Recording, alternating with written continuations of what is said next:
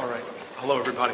I'm very sore and weary and tired, but I'm enormously grateful for a lot of folks who sent me their very, very personal stories. They gave me a chance to speak to the pain, hurt, fear, anger, demands of a lot of Americans.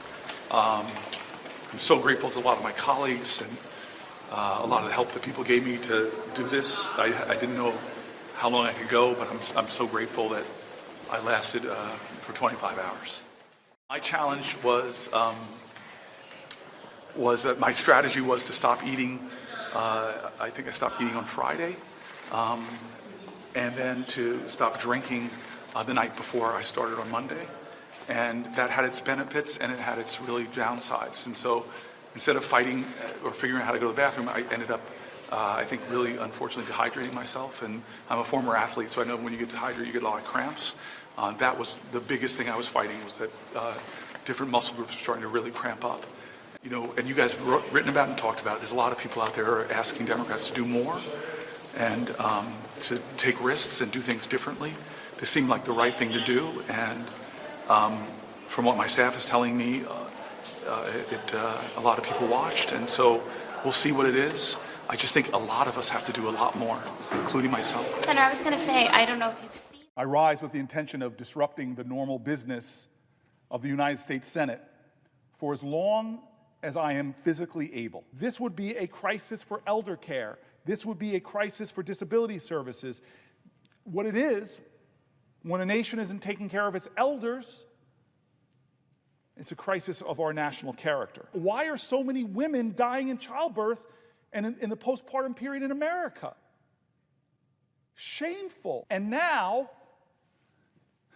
I just found out that the community violence intervention money that you allowed me to fight so hard to get into that bill is being clawed back by Donald Trump. They're writing me letters with words like fear and terror.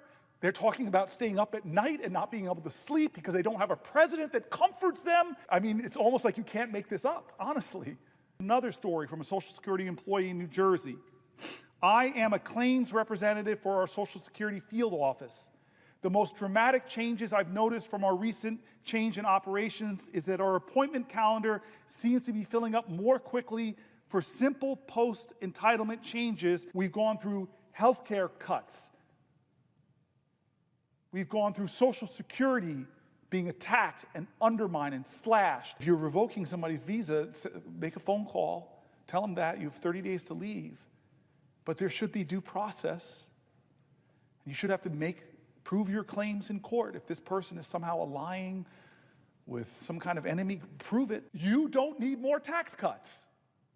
And we as a society have an obligation to each other, to those farmers, to those rural folks, to the cops I stood with at the funeral of one of their colleagues in Newark 2 weeks ago. Our Social Security offices are being closed already. And the question of why, under the guise of efficiency, but you're hurting our elders who deserve dignity in their retirement. It's stunning to me. I've had farmers from New Jersey to Texas coming to my office about this president freezing contracts that we approved in a bipartisan manner, putting them in financial crisis. It's not right or left, it's right or wrong.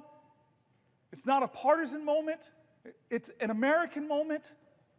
It's a moral moment. Does the wealth of our people, we have more billionaires than any other country, does that speak to the greatness of our nation? No. I think the things that speak to the greatness of a nation is how do we take care of each other? I ask you, are you better off than you were 72 days ago economically? I asked that question.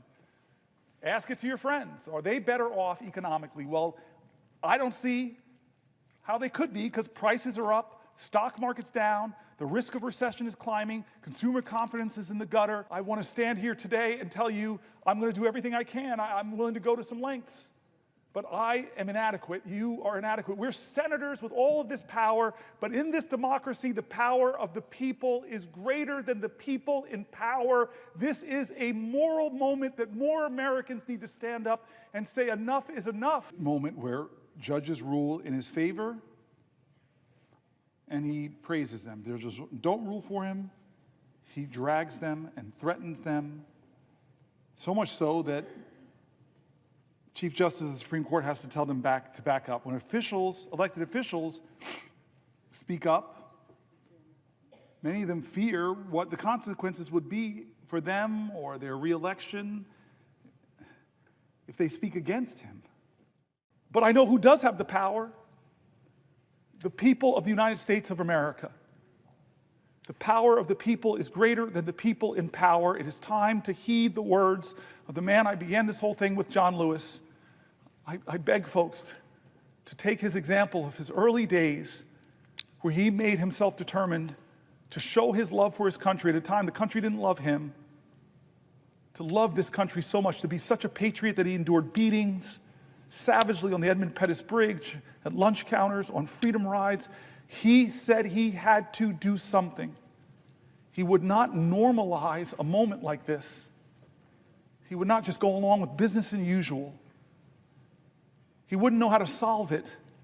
But there's one thing that he would do that I hope we all can do, that I think I did a little bit of tonight.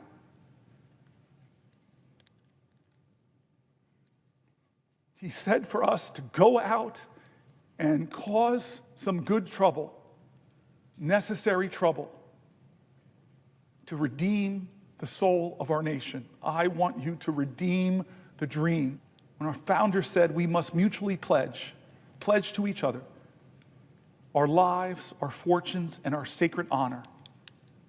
We need that now from all Americans. This is a moral moment. It's not left or right, it's right or wrong.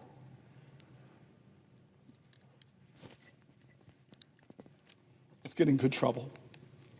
My friend, Madam President, I yield the floor.